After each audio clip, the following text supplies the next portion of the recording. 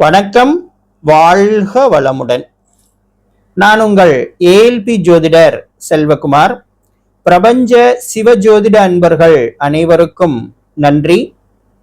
இந்த காணொளியில நம்ம பார்க்க போற தலைப்பு தூக்கம், நித்திரை, உறக்கம், எப்படி வேணாலும் சொல்லலாம் தமிழ்ல. இந்த தூக்கம்ங்கிறது மனிதனுக்கு மிக மிக மிக மிக தேவையான ஒன்று. சரியான தூக்கம் இல்லைன்னா ஆயுள் கண்டிப்பா குறையும். இது நீங்க மருத்துவத்துல நீங்க அலோபதியா இருக்கட்டும், சித்தாவா இருக்கட்டும், ஆயுர்வேதிக்கா இருக்கட்டும், அல்லது ஹோமியோபதியா இருக்கட்டும், எந்த மருத்துவத்துறை சார்ந்த நிபுணர்களை போய் நீங்க கேட்டீங்கன்னாலும் சொல்லுவாங்க. எசென்சியல் நீட் அப்படிங்கிறதுல எப்படி உணவு, நீர், காற்று, இது மூணும் ஒரு மனிதன் உயிர் வாழ மிக மிக அவசியம்னு சொல்றாங்களோ, நல்ல காற்று இருக்கணும் சுவாசிக்க, நீர் இருக்கணும் தாகத்தை தீர்க்க, உணவு இருக்கணும் பசியை நீக்க, இதெல்லாம் எப்படி எசென்சியல் நீடோ தூக்கமும் அதே மாதிரி நமக்கு எசென்சியல் நீட் அப்படிங்கிறதுல வரும். இந்த தூக்கம் அப்படிங்கிறது பல்வேறு காலகட்டங்கள்ல வெவ்வேறு மாதிரி நமக்கு பாதிப்புகளை ஏற்படுத்துது. சில காலகட்டங்கள்ல தூக்கமே வராது, அப்போ அதனால நம்ம பாதிக்கப்படுவோம். குறிப்பா தூக்கம் சரியில்லைன்னா மன ரீதியான பாதிப்புகள் மிக மிக அதிகமா இருக்கும். ஒர்க்ல கான்சென்ட்ரேட் பண்ண முடியாது, மெமரி பவர் குறையும், டென்ஷன் அப்படிங்கிறது அதிகமாகும், பிளட் ப்ரெஷர் இன்க்ரீஸ் ஆகும் சரியா தூங்கலைன்னா, பிபி லெவல் இன்க்ரீஸ் ஆயிருக்கும் சரியா தூங்கலைன்னா, உங்களுடைய அன்றாட நடவடிக்கைகள் எல்லாமே முடக்கப்படும் தூக்கம் சரியில்லைன்னா. அதே சமயத்துல சில காலகட்டங்கள்ல பாத்தீங்கன்னா மிக அதிகமான தூக்கம்ங்கிறது இருக்கும். ஒரு 6 hours 7 hours பேசிக்கா ஒரு மனுஷன் தூங்கணும் அப்படின்னு இருந்தா இவங்க 8 hours 9 hours தூங்குவாங்க, 10 hours தூங்குவாங்க, அல்லது எபோவ் தூங்குவாங்க. பகல்லையும் தூங்குவாங்க, நைட்லயும் தூங்குவாங்க. இப்ப இந்த அதிகமான தூக்கமும் பிரச்சனைகளை ஏற்படுத்தும். அதுவும் மூளைச்சோர்வு அப்படின்னு சொல்லக்கூடிய விஷயத்தை ஏற்படுத்தும்.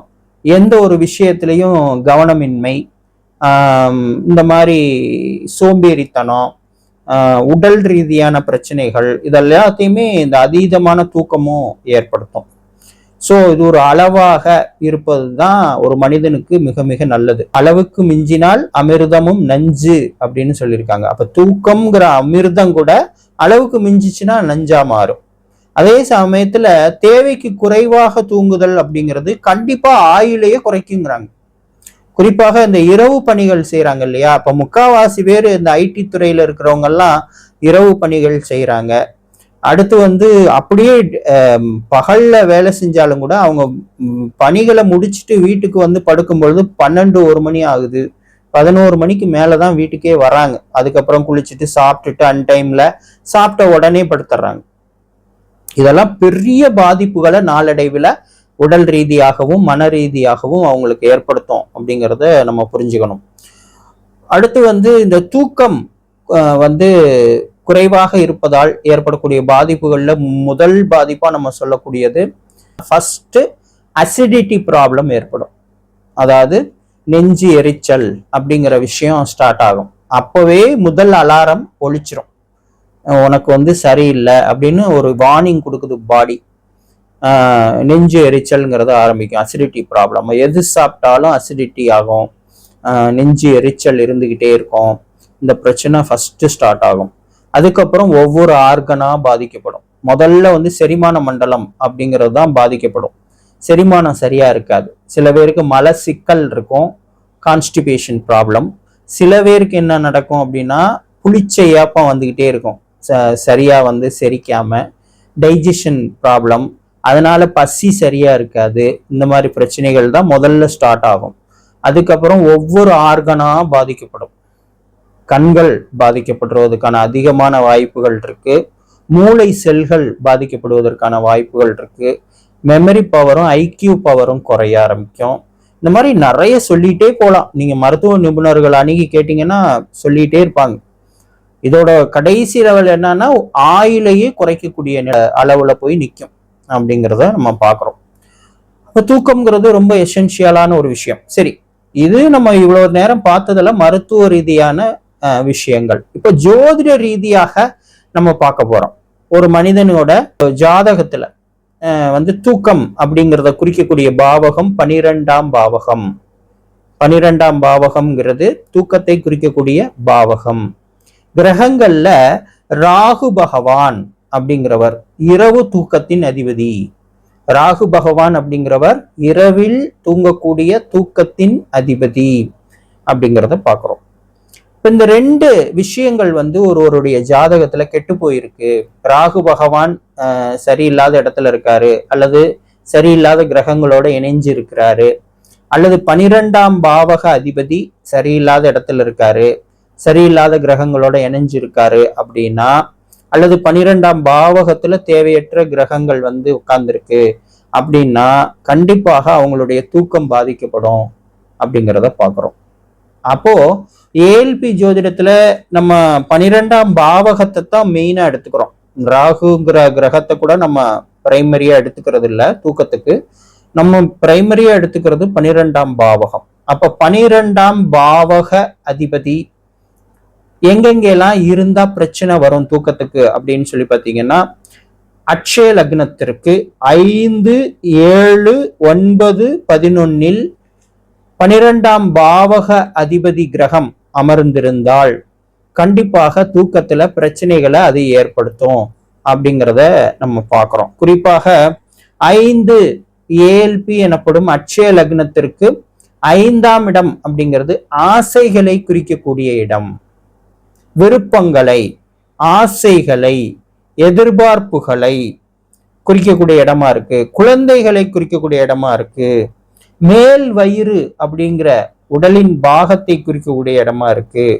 இதெல்லாம் விட முக்கியமானது மனம் அப்படிங்கிற அந்த மைண்ட் அப்படிங்கிறத குறிக்கக்கூடிய இடமாகவும் 5ஆம் இடம் இருக்கு.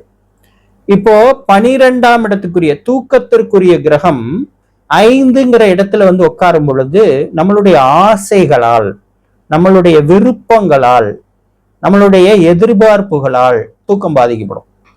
கடுமையான ஒரு ஆசை இருக்கு, நிறைவேறாத ஆசை இருக்கு, விருப்பம் இருக்கு, எதிர்பார்ப்பு இருக்குன்னா அதை பத்தியே சிந்தனை ஓடிட்டு இருக்கும். அப்ப தூக்கங்கிறது பாதிக்கப்படுது.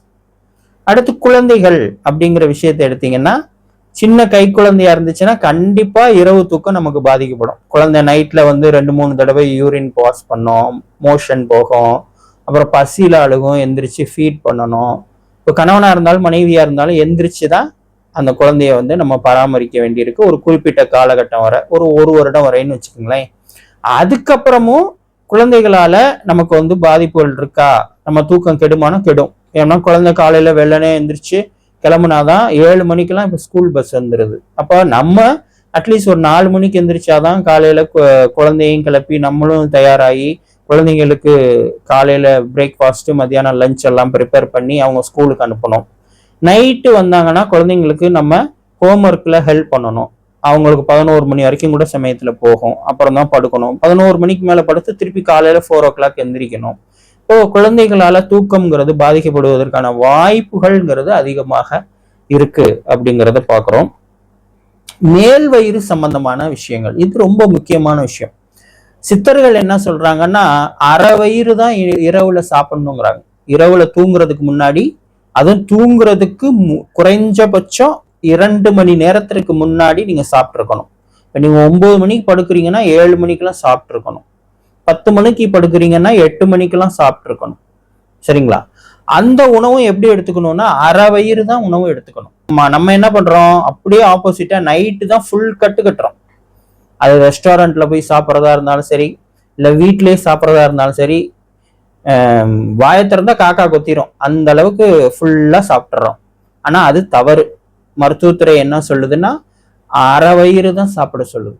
அதுலயும் சித்தர்கள் ரொம்ப அழகா சொல்றாங்க, அரை வயிறு உணவு, அதுக்கு மேல 1/4 வயிறு தண்ணி இருக்கணும், 1/4 வயிறு நீர் இருக்கணும், மீதி 1/4 வயிறு எம்டியா இருக்கணும், எம்டி ஸ்டொமக் இருக்கணும்.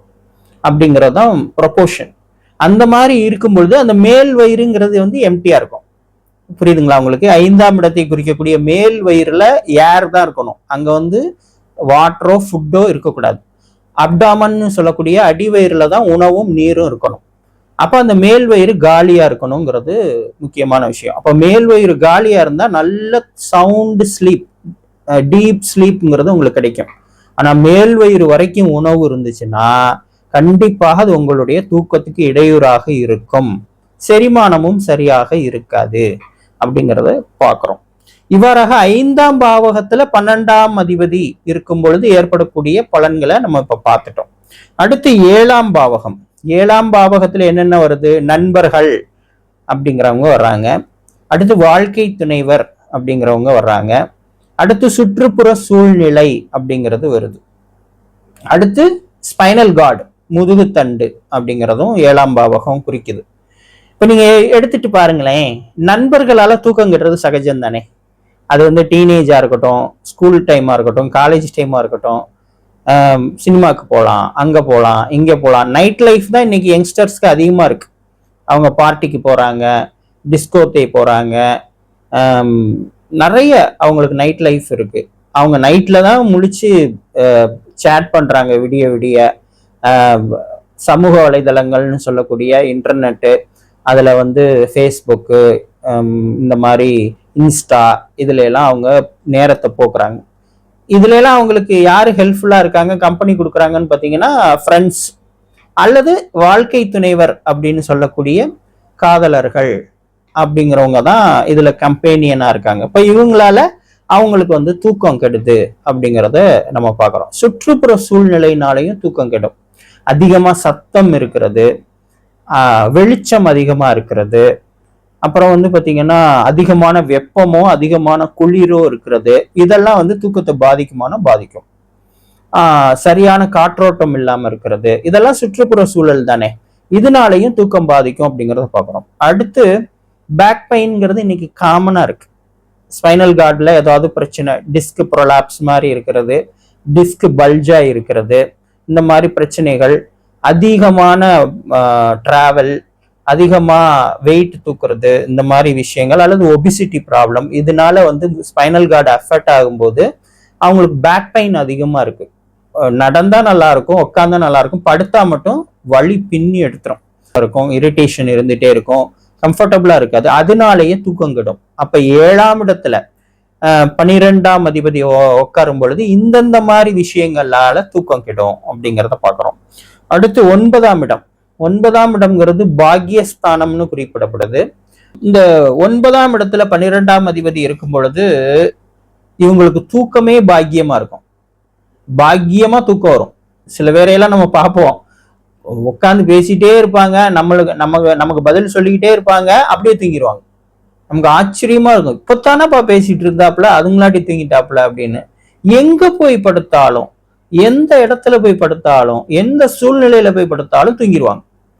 இதுதான் பாக்கியமாக தூக்கம் அப்படிங்கறத சொல்றோம். ஆனா இது என்ன ஆகும் அப்படின்னு சொல்லி பாத்தீங்கன்னா, நாளடைவில் ஒரு சோம்பல் தன்மைய, ஒரு மந்த நிலைய ஏற்படுத்தும் அப்படிங்கிறத பாக்குறோம். ஸ்லோலி இது வந்து உடல் பாதிப்புகளையும் மன பாதிப்புகளையும் கொண்டு வரும்.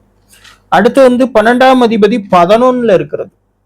அதுவும் வந்து நம்ம ஏஎல்பி ஜோதிடத்துல சரியில்லைன்னு சொல்றோம். ஏன்னா 11ங்கிறது 12ஆம் இடமான தூக்கத்திற்கு 12ஆம் இடம். இப்ப அங்க இருக்கும் பொழுது என்ன நடக்கும் அப்படின்னு சொல்லி பாத்தீங்கன்னா, 11ங்கிறது பேராசையை குறிக்கக்கூடிய இடம். 5ங்கிறது ஆசை, 11ங்கிறது பேராசை. ஆசையினாலேயே தூக்கம் பாதிக்கப்படும் பொழுது பேராசைங்கிறது முறையற்ற ஆசை, அல்லது நம்ம தகுதிக்கு மீறிய ஆசை, அல்லது நியாயமற்ற ஆசை அப்படின்னு நம்ம சொல்ல முடியும். அப்ப அந்த பேராசைனால தூக்கம் பாதிக்கப்படுமானா கண்டிப்பா பாதிக்கப்படும். ஓகேங்களா? அடுத்து வந்து நம்ம பார்க்கும் பொழுது மகிழ்ச்சி, களிப்பு அப்படிங்கிறதும் 11ஆம் இடத்துல இருக்கு. ஓவரா சந்தோஷமா இருக்கிறோம், ரொம்ப எக்ஸைட்டடா இருக்கிறோம்னாலும் தூக்கம் வராது. இப்போ ஒரு பெரிய உங்களுக்கு ஃபேவரபிளான ஒரு விஷயம் நடந்துருச்சு, ஒரு பெரிய விஷயத்துல நீங்க ஜெயிச்சிட்டீங்க அப்படின்னா ஒரு பெரிய சந்தோஷம், பெரிய ஒரு களிப்பு அப்படின்னு சொல்லக்கூடிய அந்த எக்ஸைட்மெண்ட் வந்து உங்களுக்கு இருக்கும். அப்ப அன்னைக்கு தூங்க சொன்னா உங்களுக்கு தூக்கமே வராது. அதை இன்னும் நிறைய பேர்த்துக்கிட்ட ஷேர் பண்ணிக்கணும், அதை செலிப்ரேட் பண்ணணும்னு தான் யோசனை வருமே ஒழிய தூங்கணுங்கிற யோசனை வராது. மேபி 1 or 2 days கழிச்சு வேணா நிம்மதியா தூங்குவீங்க. அந்த டைம்ல உங்களுக்கு செலிப்ரேஷன் மோடு தான் இருக்கும். ஸோ இவ்வளோ அழகா வந்து லாஜிக்கலா நமக்கு வந்து ஏஎல்பி ஜோதிடத்தை வந்து எங்களுடைய குருநாதர் பொதுவுடைமூர்த்தி ஐயா அவர்கள் ரொம்ப அனலிட்டிக்கலா, ரொம்ப சைக்கலாஜிக்கலா, ரொம்ப சயின்டிஃபிக்கா அந்த ஜோதிடத்தை அணுகி அதை ஒரு தூக்கம்ங்கிற விஷயத்த எவ்வளவு அழகா எந்தெந்த மாதிரி இஷ்யூஸ்னால அவங்களுக்கு தூக்கம் பாதிக்கப்படுங்கிறத வரிசைப்படுத்தி இருக்கிறாங்க. இப்ப நம்ம இதை தெரிஞ்சுக்கிறனால என்ன ஆகும் அப்படின்னா, நம்மளை மாற்றிக்கொள்ள முடியும். கண்டிப்பாக நம்மளை மாற்றிக்கொண்டு ஓரளவுக்காவது அதுல சேஃப்கார்ட் பண்ணி நம்ம அந்த பிரச்சனைகள்ல இருந்து வெளிவருவதற்கு ஏஎல்பி ஜோதிடம் உதவுகிறது என்பதை தெரிவித்து விடைபெறுகிறேன். வாழ்க வளமுடன்.